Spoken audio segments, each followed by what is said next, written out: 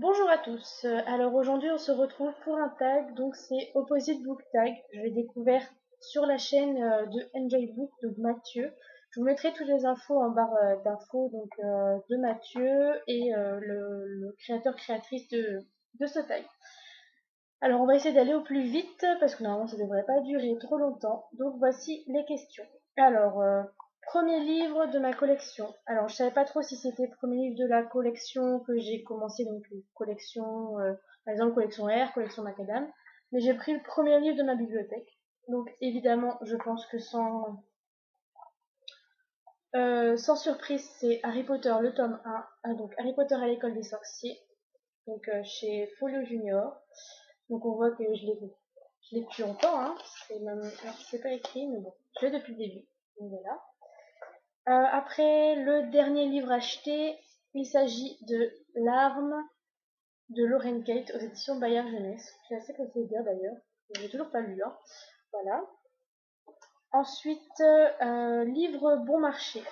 Alors moi j'ai choisi le dernier en date, donc Finisterae. Le tome 1, Tu garderas le secret de Jeanne Bocquenet-Carl, donc chez Rajo. J'ai trouvé qu'il était très correct, donc 12,90 € pour 355 pages. Je trouve ça très très correct, donc c'est pour ça que je l'ai choisi. Et à l'inverse, le livre le plus cher, le livre le plus cher de ma bibliothèque, il s'agit de la trilogie la trilogie de Shannara, donc tome 1, l'épée de Shannara de Terry Books. Donc en fait, enfin, tous les bras jaunes que j'ai dans ma collection en fait, mais bon, j'ai choisi celui-là. Voilà.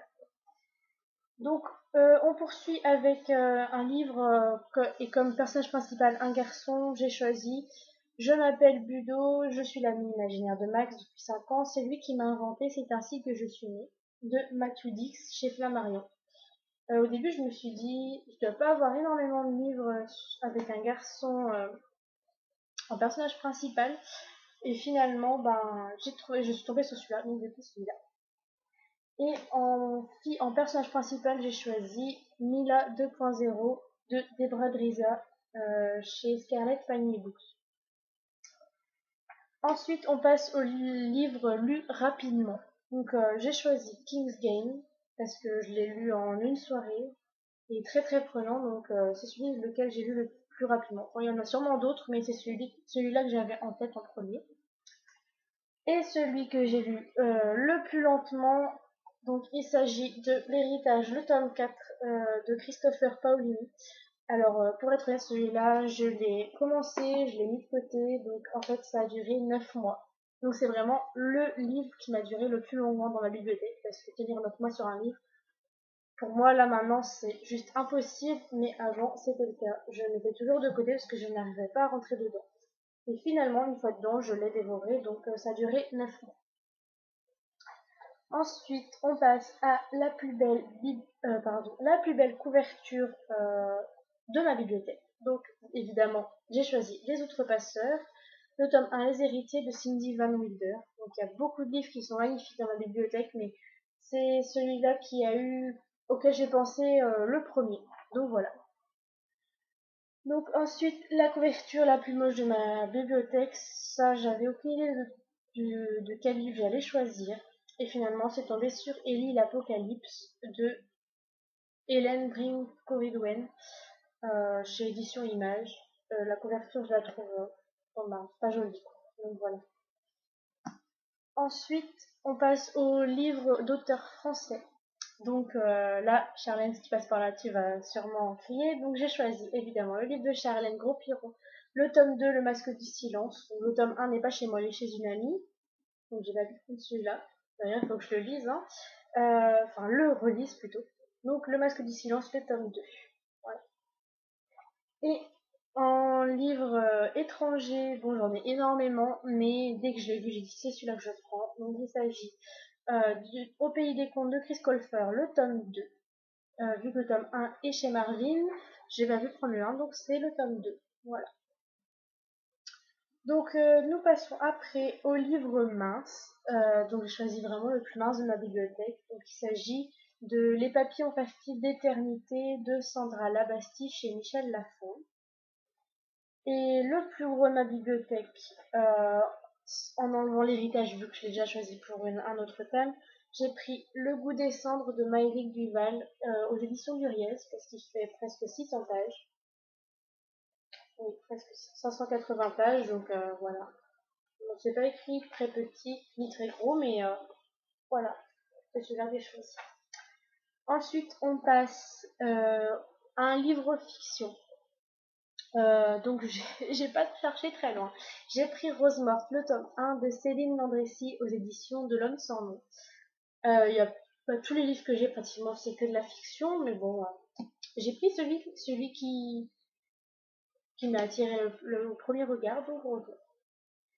Et en histoire vraie, j'ai choisi L'enfant de Schindler de Léon Leyson aux éditions Pocket Jeunesse. Donc c'est sur un juif qui raconte sa vie et comment un nazi l'a sauvé, enfin un allemand l'a sauvé.